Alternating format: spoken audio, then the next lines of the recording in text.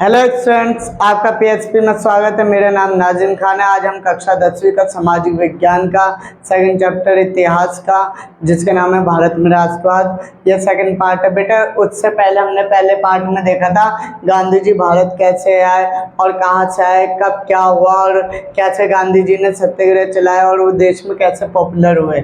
आज हम देखेंगे रोलेट एक्ट क्या था, इसकी मेन बात क्या थी, इसे गांधी जी ने क्या कहा। ठीक है, आज इनके बारे में देखेंगे। रोलेट एक्ट क्या था बेटा? ये एक कानून था। एक्ट मतलब क्या होता है? कानून। एक्ट मतलब क्या होता है? कानून। और रोलेट मतलब क्या होता है बेटा? वहां की जो संसद थी, इंपीरियल लेजिस्लेटिव काउंसिल ब्रिटेन की, हम उसके गुलाम थे, तो उसने एक कमेटी बनाई, एक आयोग बनाया, जिसके जो अध्यक्ष थे वो कौन थे? Sir Sidney Rowlatt. कौन थे? Sir Sidney Rowlatt. ये बेटा अध्यक्ष थे इस कमेटी के। फिर इन्होंने अपने साथियों के साथ मिलकर एक कानून बनाया, एक एक्ट बनाया, जिसका नाम था रोलेट एक्ट। ठीक है, सर सिडनी रोलेट, इसलिए इस कानून को रोलेट एक्ट के नाम से जाना जाता है। मार्च 1919 में इंपीरियल लेजिस्लेटिव काउंसिल ने इसे पारित कर दिया था। इंडियंस ने इसका विरोध किया था। विरोध का रीजन क्या था? इस कानून ने सरकार को शक्ति दे दी थी कि आप किसी भी राजनीतिक नेता को आप क्या कर सकते हो? गिरफ्तार कर सकते हो, वो भी शक के आधार पर। कितने वर्षों के लिए? 2 वर्षों के लिए। और सबसे बेटा मेन बात ये थी, यदि मान लो इस पे हमें शक हुआ, इसे गिरफ्तार कर लिया, अब इसे मुकदमा दायर करने का अधिकार तो होना चाहिए।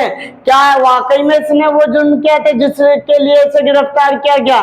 कैसे पता चलता है? अब पहले अपील की जाती है कोर्ट में। आज के समय में यदि किसी व्यक्ति को गिरफ्तार कर लिया जाए तो क्या होगा? पहले वो क्या करेगा?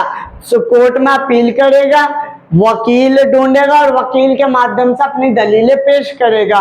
तो इस कानून ने क्या कर दिया था? इस कानून ने कहा ना तो आप कोई अपील कर सकते, ना कोई वकील कर सकते, ना ही कोई दलील पेश कर सकते। तो बेटा कोई भी व्यक्ति अपने आप को कैसे बेगुनाह साबित कर सकता है इस कानून के तहत? तो इसलिए देखो, राजनीतिक गतिविधियों को कुचलने और शक के आधार पर 2 वर्ष के लिए कारावास की सजा।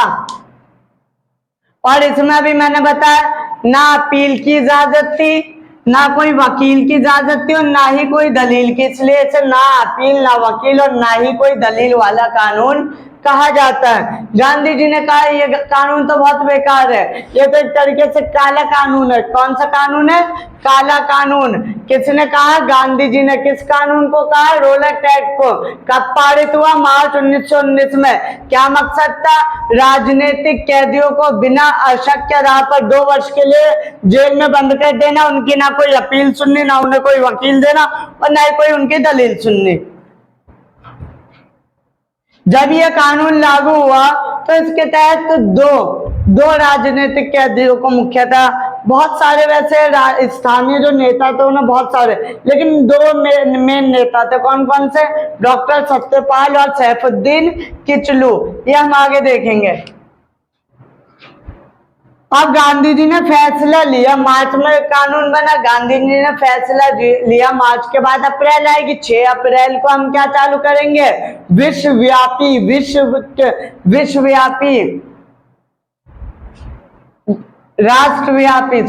राष्ट्रव्यापी आंदोलन चालू करेंगे। कैसे चालू करेंगे राष्ट्रव्यापी आंदोलन? भूख हड़ताल के साथ। किसके साथ? भूख हड़ताल के साथ क्या चालू करेंगे? आंदोलन चालू करेंगे। किसके खिलाफ? इस कानून के खिलाफ। विभिन्न शहरों में रैली जुलूस हुए। जब गांधी जी ने कहा तो विभिन्न शहरों में क्या होने लग गए? बहुत सी जगह रैलियां निकलने लग गए, जुलूस होने लग गए, इस कानून के खिलाफ धरने दिए गए। और बहुत से तो हिंसक हो गए थे। क्या हो गए थे? हिंसक। बैंकों, डाकखानों और रेलवे स्टेशन पे क्या चालू कर दिए? इन लोगों ने हमले चालू कर दिए। जब हमले हुए और इस कानून के तहत दो मेन नेताओं को, एक का नाम था डॉक्टर सत्यपाल और एक का नाम था डॉक्टर सैफुद्दीन किचलू, इन्हें हिरासत में ले लिया गया। जो इनके फॉलोवर्स थे उन्होंने फिर और हिंसा छेड़ दी। जब हिंसा छेड़ दी तो 10 अप्रैल को फिर से जुलूस तो चले रहा था इसके विरुद्ध। तो 10 अप्रैल 1919 को एक शांतिपूर्ण जुलूस पर वहां पुलिस ने क्या कर दी, गोलियां चला दी। जब गोलियां चला दी तो लोग क्या आ गए, गुस्से में आ गए। लोगों ने क्या चालू कर दिया, जो भी इमारतें थी ब्रिटिश सरकार की, रेलवे, ये सब, इस पे हमले चालू कर दिए। जब हमले चालू किए तो ब्रिटिश सरकार ने भी दमनकारी नीति अपनाई, उन्होंने भी बंदूक गोलियां चलानी चालू कर दी। तो जब गांधी जी को पता चला ये मेरा जो आंदोलन है क्या होता जा रहा है, हिंसक होता जा रहा है, कैसा होता जा रहा है, हिंसक। गांधी जी के सिद्धांत में दो ही मेन बातें थी, पहले सत्य, सच, हमेशा सदैव सच बोलना, और सेकंड सदैव अहिंसा का मार्ग चुनना, अहिंसा का रास्ता चुनना, कि हम लड़ाई झगड़ा नहीं करेंगे, सिर्फ अपील करेंगे। और ये जो आंदोलन था कैसा होता जा रहा था, हिंसक होता जा रहा था। इसलिए गांधी जी को जब पता चला तो गांधी जी ने क्या किया, गांधी जी ने क्या किया, आंदोलन को वापस लेने का फैसला कर लिया। गांधी जी ने कहा जो हम ये रोलर टैक्स के विरुद्ध आंदोलन चला रहे, सत्याग्रह चला रहे, इसे मैं वापसी लेता हूं। ठीक है। जब हिंसा फैल गई गांधी जी ने तो आंदोलन ले लिए, गांधी जी की प्रतिक्रिया थी। लेकिन ब्रिटिश सरकार ने क्या किया, ब्रिटिश सरकार ने वहां पर बेटा मार्शल लॉ लागू कर दिया। क्या लागू कर दिया, मार्शल लॉ। मार्शल लॉ एक तरीके से आप कह सकते हो धारा 144, धारा 144 लागू कर दी। और वहां पर एक व्यक्ति थे जनरल डायर, उसने कमान संभाल ली उस क्षेत्र की। मुख्यतः जो हिंसा फैली थी वो पंजाब के अमृतसर में फैली थी। कहाँ फैली थी, पंजाब के अमृतसर में हिंसा फैली थी। वहां पर मार्शल लॉ लागू कर दिया, धारा 144 और जनरल डायर।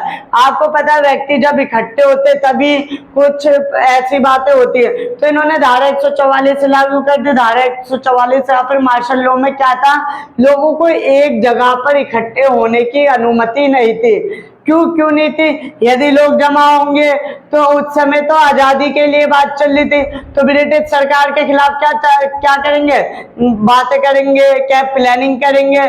तो इसलिए उन्होंने कहा मार्शल लागू कर देते, लोग इकट्ठा ही नहीं होंगे तो प्लानिंग नहीं होगी, प्लानिंग नहीं होगी तो आंदोलन नहीं होगा। तो इसलिए क्षेत्र पे क्या लागू कर दिया, धारा 144।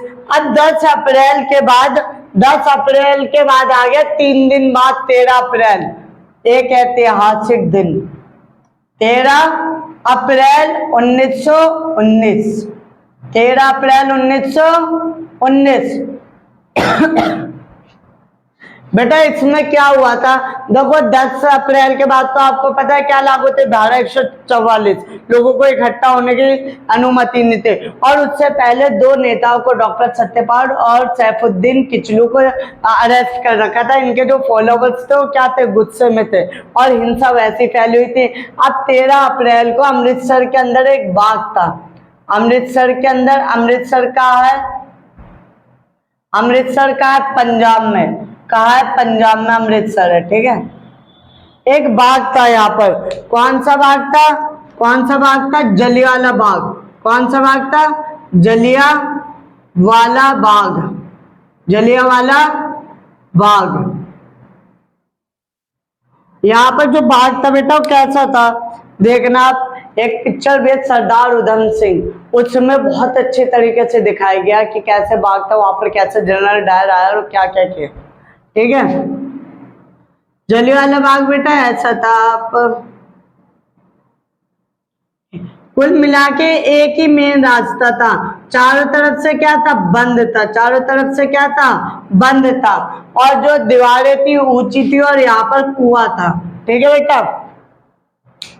अब क्या हुआ, लोग सालाना यहाँ पर क्या मनाने आते थे, 13 अप्रैल को पंजाबियों का एक पर्व था, कौन सा, बैसाखी का, कौन सा, बैसाखी का पर्व। अब लोग जो आते थे हर साल बैसाखी का पर्व मनाने आते थे, तो इस साल भी लोग बैसाखी का पर्व मनाने आए थे। अमृतसर के बाहर के इलाके के लोग ज्यादातर आए थे, तो लोगों को पता नहीं था अमृतसर में क्या लागू है, मार्शल लॉ। क्या लागू है, मार्शल लॉ।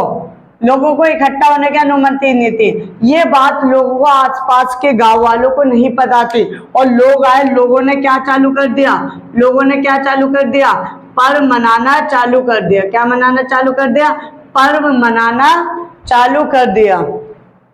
अब यही, ये बेटा ये भाग तो बड़ा था, यही कोने में क्या हो रहा था, इन दोनों डॉक्टर सत्यपाल और सैफुद्दीन किचलू के गिरफ्तारी के खिलाफ क्या हो रहा था, एक आप समझ ले, एक बैठक सी हो रही थी। क्या हो रही थी, एक बैठक सी हो रही थी साइड में। इतना बड़ा बाग है, बाग में लोग मेले का त्योहार पर्व मना रहे, और उसी बाग में एक हिस्से में क्या हो रहा था, छोटे से हिस्से में लोग जमा होके अपने जो स्थानीय नेता थे डॉक्टर सत्यपाल और सैफुद्दीन किचलू, इनकी गिरफ्तारी के खिलाफ विरोध कर रहे थे। विरोध प्रदर्शन हो रहा था। क्या हो रहा था, विरोध प्रदर्शन। अब इस बात की सूचना किससे मिलती है, सूचना बेटा किससे मिलती है, सूचना मिलती है जनरल डायर को।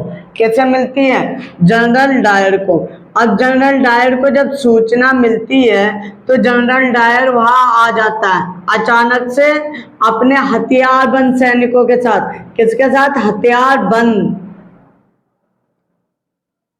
सैनिकों के साथ वहां पर आ जाता है। जब वो आता है सैनिकों के साथ, तो उसका मेन मकसद क्या था बेटा, वो क्यों आया, उसका मेन मकसद ये था कि जब मार्शल लॉ लागू है और आपको इकट्ठा होने की अनुमति नहीं है, तो आप कानून का उल्लंघन क्यों कर रहे हो। तो ये आया।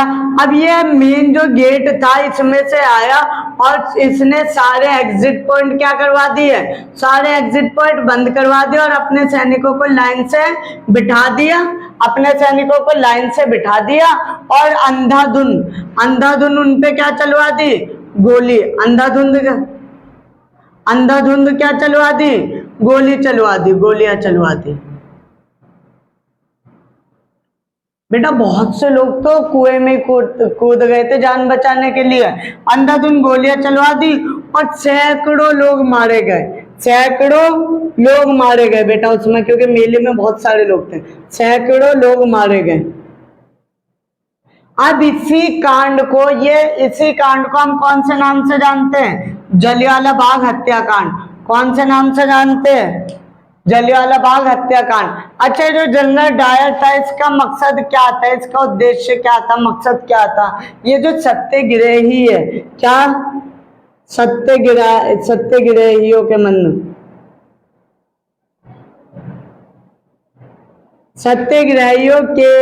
मन में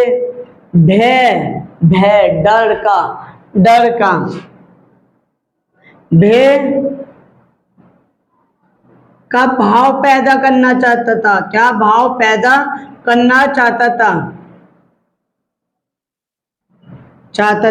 और साथ में एक नैतिक प्रभाव उत्पन्न क्या करना चाहता था, एक नैतिक प्रभाव। क्या, एक नैतिक प्रभाव उत्पन्न करना चाहता था, उत्पन्न करना चाहता था।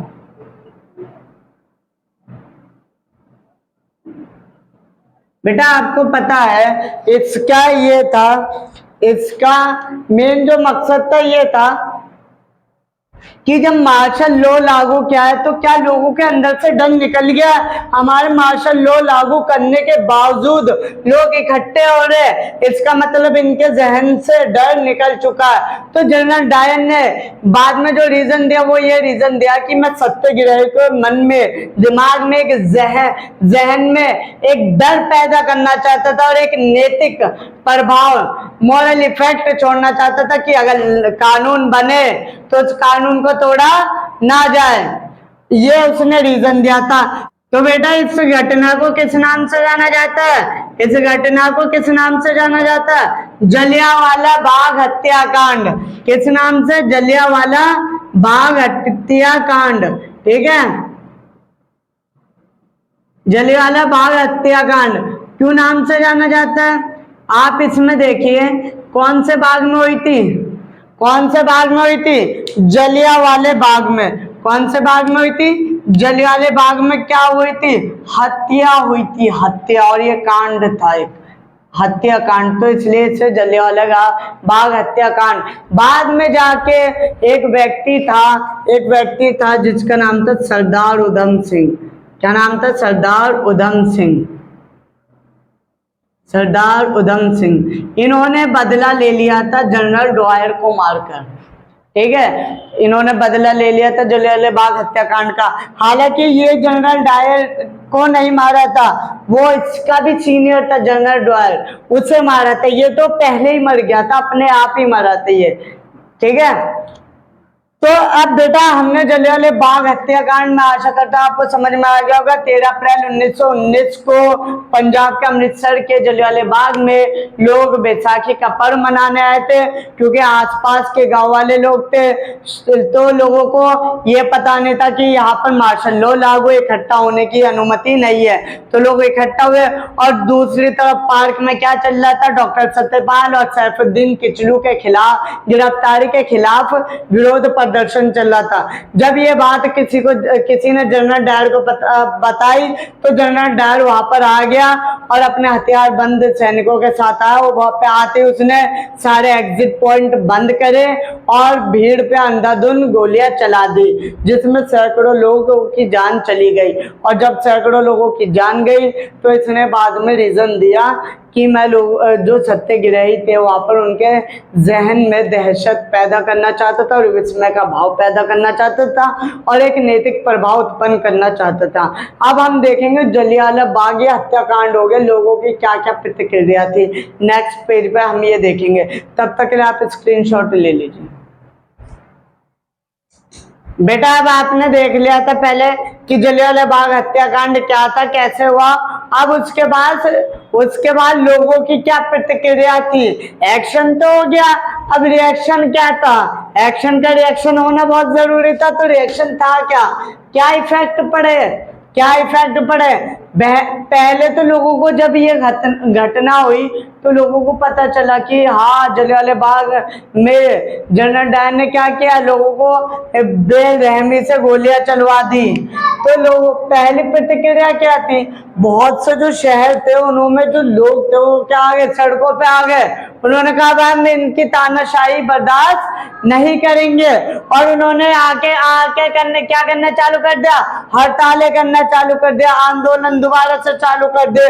पुलिस और उनमें मुठभेड़ होने लग गई, लड़ाई मोर्चा लेने लग गए, लड़ाई करने लग गए। जो सरकारी संपत्तियां थी, इमारतें, पुलिस था, स्टेशन, रेलवे, इन सब पे क्या करना चालू कर दिया, हमले करना चालू कर दिया, ठीक है बेटा। उसके बाद सरकार ने, देखो ये तो जनता का रिएक्शन था। जनता का रिएक्शन क्या था, उन्होंने खबर सुनी, सड़कों पे आ गए। सड़कों पे आए तो उन्होंने पुलिस हड़तालें की, नारेबाजी की, पुलिस वालों को मारा पीटा और प्लस में सरकारी संपत्तियों को नुकसान पहुंचाया। ये तो जनता है, क्योंकि जनता आक्रोश में थी, गुस्से में थी कि आपने हमारे भाइयों को, बहनों को, सबको बेरहमी से मार दिया। क्यों मारा? या एक तो हमारे देश में आके, हमारे घर के अंदर घुस के आके हमें गुलाम बना के अपनी मनमर्जी से कार्य कर रहे हो, और हम ही लोगों से काम करवाते हो और हम ही को मार रहे हो। तो इस कारण से लोगों में गुस्सा पैदा हो गया कि हमारे घर में आके हमारे लोगों को मार रहे हैं। तो इसलिए लोग सड़क पे आ गए। सड़क पे आके पुलिस वालों के ऐसी तैसी कर दी, सरकारी संपत्तियों के ऐसी तैसी कर दी। सरकार क्या हो गई, डर गई। सरकार डर गई कि और बड़ा आंदोलन ना बन जाए इस कारण। तो सरकार ने क्या किया, दमनकारी रास्ता अपनाया। ये नहीं समझौता करे, ये हत्याकांड करने के बाद तो सरकार को माफी मांगनी चाहिए अपनी गलती के बदले में, कि समझौता करना चाहिए। तो सरकार ने उल्टा क्या किया, दमन का रास्ता अपनाया। उल्टा लोगों पे क्या, लाठी चार्ज करवा दी, मानने लगे। लोगों को उल्टा सीधा कह के अपमानित करने लगे, आतंकित कहने लगे कि देश के लिए ये आतंक फैला रहे हैं, आतंकवादी है ये। हमारे घर में आके हमें ही आतंकवादी कह रहे हैं, हम पे ही इतना जुल्म। तो हम कैसे खामोश बैठते हैं। ये तो ऊपर वाली जो प्रतिक्रिया थे लोगों की थी, जनता की थी, सरकार ने भी क्या किया ठीक उसी तरीके से, तो जनता गुस्से में थी, सरकार ने भी वही रिएक्शन अपनाया। सरकार ने इससे और कहीं ज्यादा क्या किया, सरकार ने तो जब सत्याग्रहियों पे पंजा कसा तो क्या किया, उन्हें जमीन पर नाक रगड़ने के लिए अपने सामने जमीन पर नाक रगड़वा रहे थे। सड़क पर घिसट कर चलो, उठ के नहीं, घिसट घिसट के चलो हमारे सामने।